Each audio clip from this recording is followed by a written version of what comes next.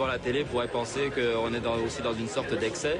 Eh bien, pour eux, c'est un média comme un autre. Je crois qu'il faut plutôt voir cette génération comme une génération qui a intégré finalement la nouvelle technologie comme une des composantes de leur loisir, de leur vie courante. Le jeu excessif ne toucherait qu'1 à 3% des gamers. L'immense majorité joue pour le plaisir. Illustration dans une maison de ce petit village d'Auvergne.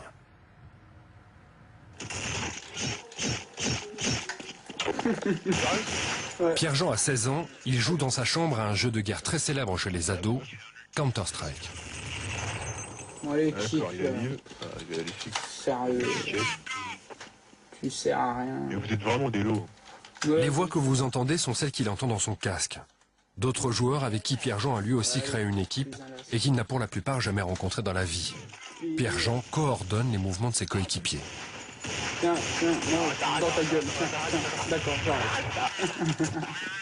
Moi, j'ai toujours bien aimé commander, donc autant que ça soit dans la vie réelle et dans la vie virtuelle. En fait, il joue avec les autres, il n'y a pas de doute. Il joue pas tout seul. Ouais, tu me PV, hein. Relationnel bizarre. Je sais pas. Non, pas envie. Oh, Orezza, c'est qui Orezza? C'est un Corse? Ouais, c'est Jérémy du camping. Ah, c'est Jérémy du camping. Ils saoulent ces mecs là, ils mettent 15 ans à se connecter. Abscon, pour ne pas dire ésotérique.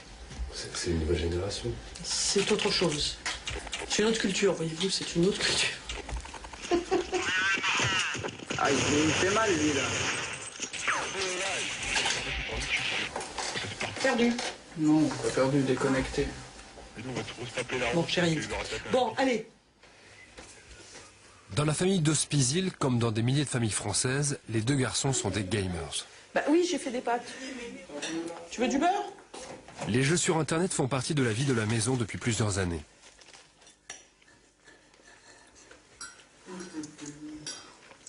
Bon, moi, j'ai pas de nouvelles de papa. Faudrait que je l'appelle là tout à l'heure. Les parents de Pierre-Jean veillent. Ils ont déjà mis plusieurs fois les ordinateurs sous clé, mais ils ne sont pas vraiment inquiets, plutôt curieux de ces nouveaux loisirs numériques. Il m'a dit que... Il n'a pas trouvé qu'il y avait pas d'arbre cassé. Oui, alors? Ah, papa? Oui, bah ça va. Chaque fois qu'on en parle, j'ai eu le cas donc tout à fait récemment où j'en ai parlé. J'ai dit oui, mais bon, Pierre-Jean donc joue à Counter-Strike, bon. Et alors immédiatement, la réaction des gens, c'est oh là là, mais il faut faire extrêmement attention. Il y a des phénomènes d'addiction qui ont été prévus. Alors du coup, l'extérieur renvoie une image. Qui est tellement négative que du coup on fuit cette image, ou alors on se culpabilise, on se dit est-ce que j'ai tort, est-ce que j'ai raison, pourquoi ils me disent ça, est-ce que je suis pas assez, est-ce que je surveille pas assez ce gamin, peut-être qu'il fait des choses, je me rends pas compte, je me laisse avoir, enfin bon, du coup on se pose tellement de questions qu'en réalité on partage plus. La réaction des parents, ouais, je trouve ça bien qu'ils le prennent comme ça et qu'ils évoluent, on va dire, un peu avec moi. Après tout, quand un enfant joue aux échecs, comme c'est connu, on pense que les stratégies qui sont développées par les enfants sont maîtrisables et on en connaît les résultats. Là, on est dans une situation nouvelle. On n'en connaît pas les résultats pour l'instant. On ne peut pas prédire, ou il n'y a pas d'éléments prédictifs extrêmement précis sur cette donnée-là. Pour autant, parce qu'on ne le connaît pas, est-ce qu'il faut l'interdire? Moi, je pense que lui, Pierre-Jean, personnellement, après son début d'adolescence, s'est structuré aussi grâce à ça. Et je suis contente du développement qu'il a obtenu. Bon, c'est parti, vous êtes ready là? Parmi les joueurs avec lesquels Pierre-Jean est connecté depuis sa chambre, l'un habite Toulouse, un autre à Clermont-Ferrand. Il y en a aussi un qui habite une maison 500 mètres plus bas dans le village. Ça va péter!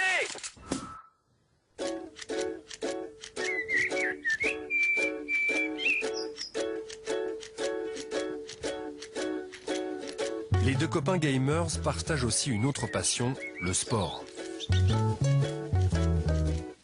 Clément est même un champion régional de 100 mètres. On est loin de certains clichés véhiculés par les médias sur les joueurs de jeux vidéo. Ils sont ont des préjugés sur nous. Ils disent ouais, on arrive à rester 3 heures, 4 heures derrière un écran, on n'a pas de vie, on est là, on est des mollusques. Nous, devant un ordinateur, c'est comme eux devant des petits soldats. C'est le même style de jeu, mais pas la même génération. Donc voilà. Notre envie de jouer au jeu, nous, c'était leur envie de faire ce qu'ils avaient envie de faire avant, quoi. C'est, je sais pas, moi quand je rentre chez moi, quoi, si j'ai rien à faire, si j'ai pas de devoir, si j'ai pas de sport, si ma mère me demande pas d'aller ici, si je dois pas aller avec elle, moi c'est jeux vidéo, ordinateur, je me dirige sur l'ordinateur. C'est un réflexe maintenant, on se pose même plus la question, quoi, est-ce que je vais jouer? C'est un réflexe d'aller dessus, quoi. Traditionnellement, les parents voyaient leurs enfants utiliser les mêmes jeux que ceux qu'ils avaient utilisés quand ils étaient eux-mêmes enfants. Donc les parents étaient en quelque sorte en terrain connu. Ce qui change avec les jeux vidéo, c'est que les parents voient leurs enfants jouer à des jeux auxquels ils ne comprennent rien, et quand les parents essayent de s'y intéresser en regardant l'écran, très souvent ils voient des images de guerre, des images de violence. Donc les parents s'inquiètent, et ils s'inquiéteraient probablement moins s'ils connaissaient ces jeux. Regarde-moi la dernière fois, tu sais, sur la passerelle. La passerelle bleue dans les... 2 heures du mat, qu'est-ce que tu fais devant ton ordinateur? T'as cru tout permis, c'est ça? Vas-y, c'est bon, lâche-moi. En plus, j'ai appris que t'allais pas en cours. C'est de mieux en mieux, ça. Tu veux que ta mère devienne dingue? Mais elle est H24 sur mon dos, tu veux que je fasse comment? Mais tu parles plus avec nous, tu restes enfermé dans ta bulle, là. Tu crois que c'est comme ça que tu vas y arriver? Tu crois que c'est en saoulant que je vais y arriver? Ah, c'est comme ça que tu le prends. À Paris, la sécurité sociale a financé un court-métrage pour mieux impliquer les parents dans les jeux de leurs ados. Il est aussi montré aux élèves dans les classes de 4e. L'idée est de faire réfléchir les uns et les autres à l'influence d'Internet et des jeux sur la vie quotidienne, et peut-être de réduire le décalage entre générations. Depuis 3 ans, on a une consultation donc, sur le jeu vidéo. Alors le jeu vidéo, essentiellement en réseau. Alors je ne sais pas si parmi vous, il y en a qui jouent à voilà, hein, à WoW et compagnie. Si on joue longtemps, est-ce que vous pensez que ça peut faire quelque chose? On a mal aux yeux. La fatigue? Le moral, la fatigue. On peut être fatigué. Ça a un impact sur nos résultats scolaires. Ceux qui sont vraiment accros, ils y restent devant toute la journée, la nuit. Est-ce que vous avez l'impression que ça arrive très très souvent, ça, le risque d'être dépendant à ce point-là? Dans ma classe, l'année dernière, il y en avait un, il séchait pendant les cours pendant 3 jours peut-être, juste pour jouer. Parfois j'arrive en retard parce que je joue à l'ordi et j'ai oublié de regarder l'heure. Il y a quand même une jeune qui m'a dit « mais je ne sais absolument pas combien de temps je passe ». C'est très bien, par exemple, qu'on nous demande d'aller rencontrer les jeunes de 4e. J'en suis ravie, j'aime beaucoup.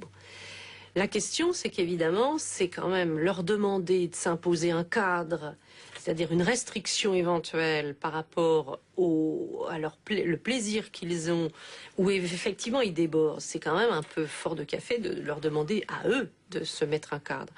Logiquement, c'est effectivement aux adultes de ça. Sauf que les adultes, pour l'instant, n'ont pas la maîtrise de cette nouvelle culture-là. Tu sais, Nico, c'est pas moi qui passe les examens cette année.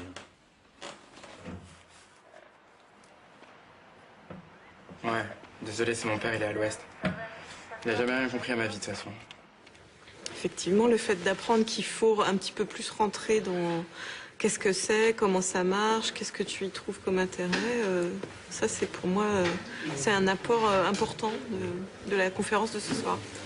Depuis ces conférences dans les écoles, effectivement, on a eu l'occasion d'en parler avec son père et lui, et je pense qu'une prise de conscience était nécessaire, et maintenant nous avons effectivement entamé une discussion de cadrage, mais dans le sens de meilleure connaissance aussi de ce qu'il fait et pourquoi ça le passionne. Donc j'ai appris un petit peu plus de choses sur les jeux auxquels il joue. Pour les psys, le jeu abusif révélerait donc des problèmes d'autorité parentale ou simplement de désintérêt. Mais il pointe aussi d'autres raisons plus inconscientes qui amèneraient les parents à laisser les enfants connectés devant les écrans.